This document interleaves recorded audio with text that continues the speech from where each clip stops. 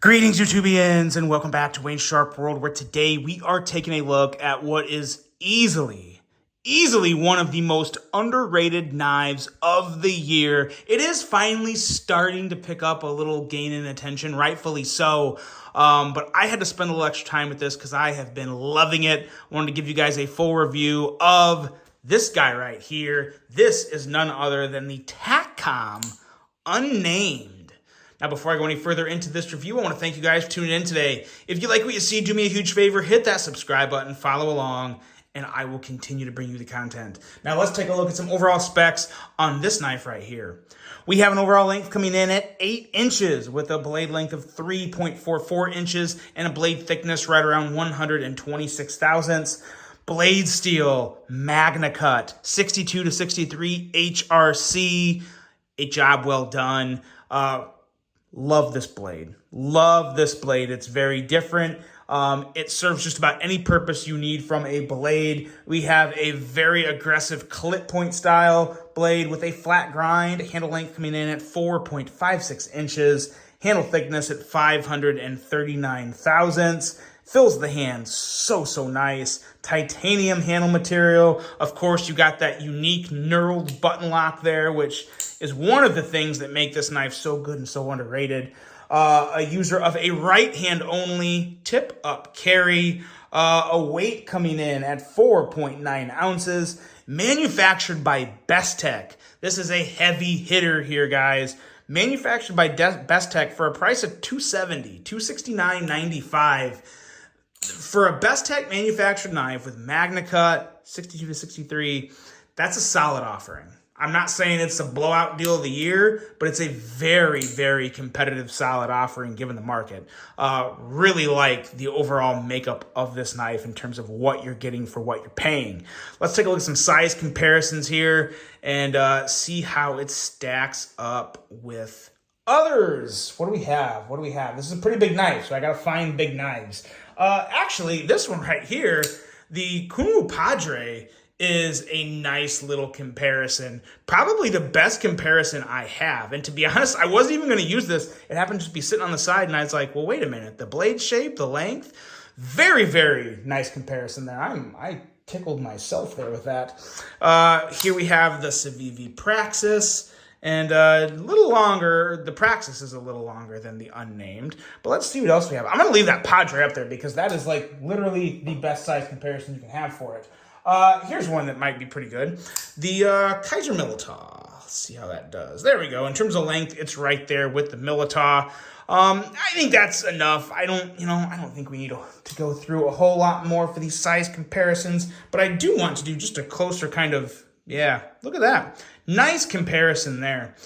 Very similar, but very drastically different as well, because you obviously have a frame lock and all sorts of other things going on with this Padre, which I still love the Padre.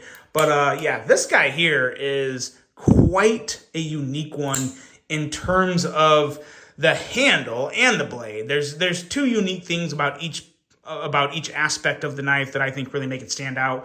One, the choil and the clip point.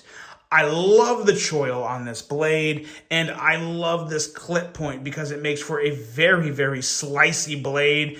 Might not be the strongest tip in the world, but it's still Magna Cut, so it's still going to be a very strong steel. We have a behind the edge reading of 17 thousandths with a very tall flat grind, and that is going to make, let's see, I'm just trying to look at something here. Yeah, very tall flat grind, making this, I would definitely consider this a pretty massive slicer in terms of its cutting ability. Great finger choil, again, love the tip.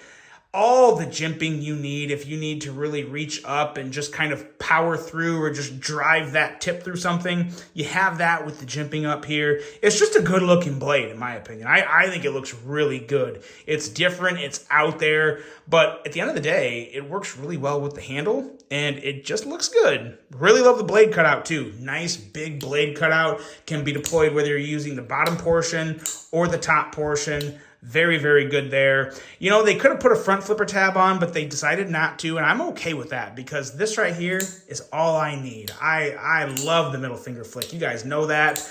Very easy and enjoyable for me.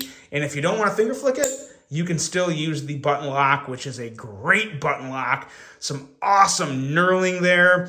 You also have a pretty nice plunge grind here at the end of the sharpened edge here. Should be able to get some pretty good sharpenings out of it.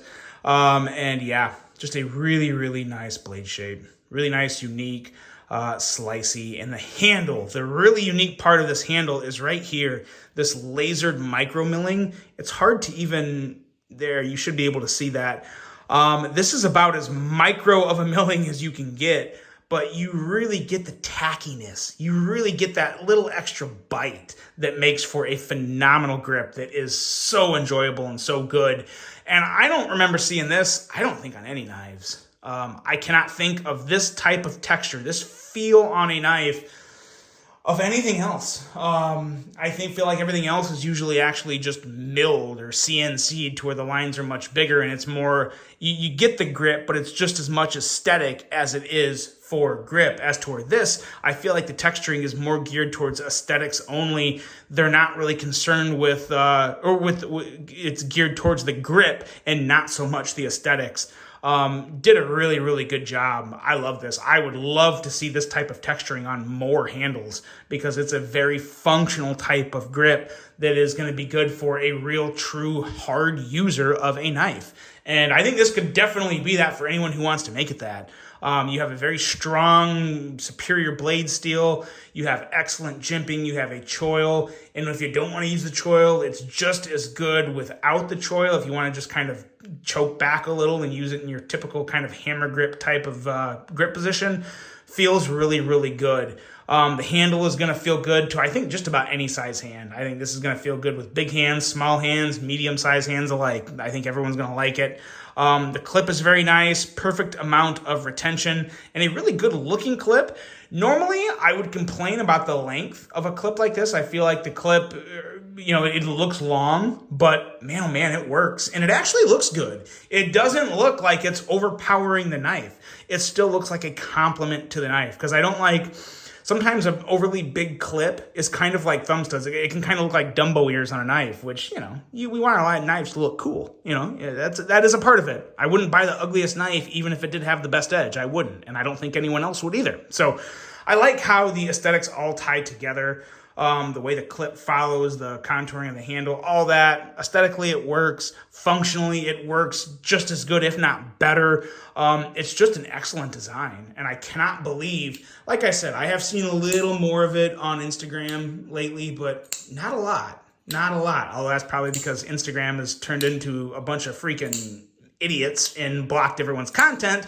That's a whole different story, but I don't know what I am and am not seeing on Instagram anymore because they've turned into a bunch of babies, but that's for another story. Anyway, yeah, I think this is an amazing knife. I think it is easily one of, I would probably put this up there as one of the 2 most underrated knives of the year. And maybe I'll make a video here in a little while talking about the other one. And there's actually one more that I may be adding to the list. I just got it in yesterday, so I can't say too much about it. But there are some knives out there flying under the radar in a very big way. And this is right there at the top of them. The Taktcom Unnamed. Guys, this is a phenomenal knife. Great steel. I would highly recommend it. Let me know what you think about this, because if you like middle finger flicking and you like button locks and you like good button locks with unique shapes and attributes, this is right up your alley. Or if you just want a really good knife, this is a good option too. The Taktcom Unnamed, guys. Let me know what you think of this. I really hope you enjoyed it. Hope you have a great rest of your day. And until the next one, I'm out.